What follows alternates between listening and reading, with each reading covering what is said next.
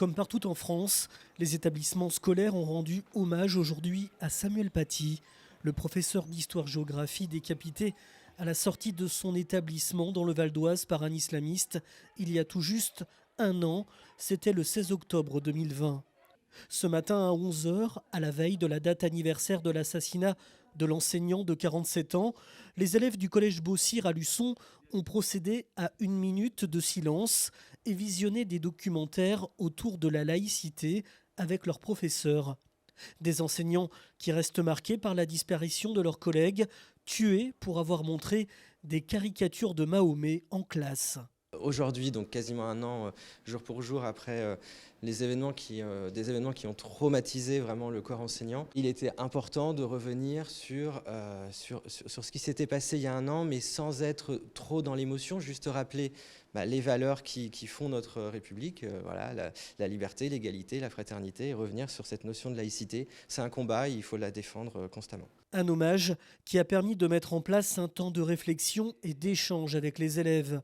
Le métier de professeur, son rôle, sa légitimité, où la devise liberté, égalité, fraternité était au cœur des discussions. Il y a eu un échange qui m'a semblé intéressant, constructif en tout cas, et ça permettait de voir aussi comment les élèves, parce qu'on leur en parle beaucoup de cette laïcité, mais comment ils l'appréhendaient au quotidien.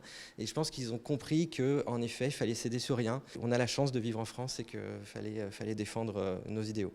Ce matin, le député de la 5e circonscription de la Vendée, Pierre Henriet, le maire de Luçon, Dominique Bonin, son adjointe à la sécurité, Yveline Thibault, accompagnés par la principale de l'établissement, Martine Clouet, ont participé aux échanges et débats avec une classe d'élèves de 3e en présence de leur professeur d'histoire-géographie.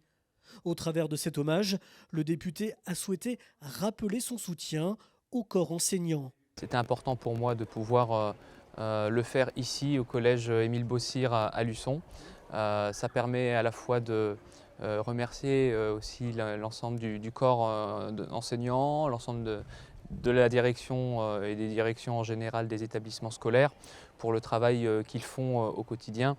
Au travers de l'hommage à Samuel Paty, c'est aussi rendre hommage à tout le travail qui est fait par les enseignants chaque jour. Samuel Paty, victime de cet acte barbare pour avoir exercé son métier et enseigné la liberté d'expression. Tué pour avoir fait son travail, ce qui montre le combat que nous avons à mener encore en 2021 face à la barbarie de l'islamisme radical. Je crois que c'est évidemment des combats que nous devons mener à la fois sur le plan national, mais on le voit aussi très concrètement par la transmission du savoir qui se fait dans les établissements scolaires. Le respect, la tolérance et la laïcité ont alimenté les échanges pour cet hommage à Samuel Paty, cet homme qui défendait la liberté d'expression, qui fait partie de notre culture à tous.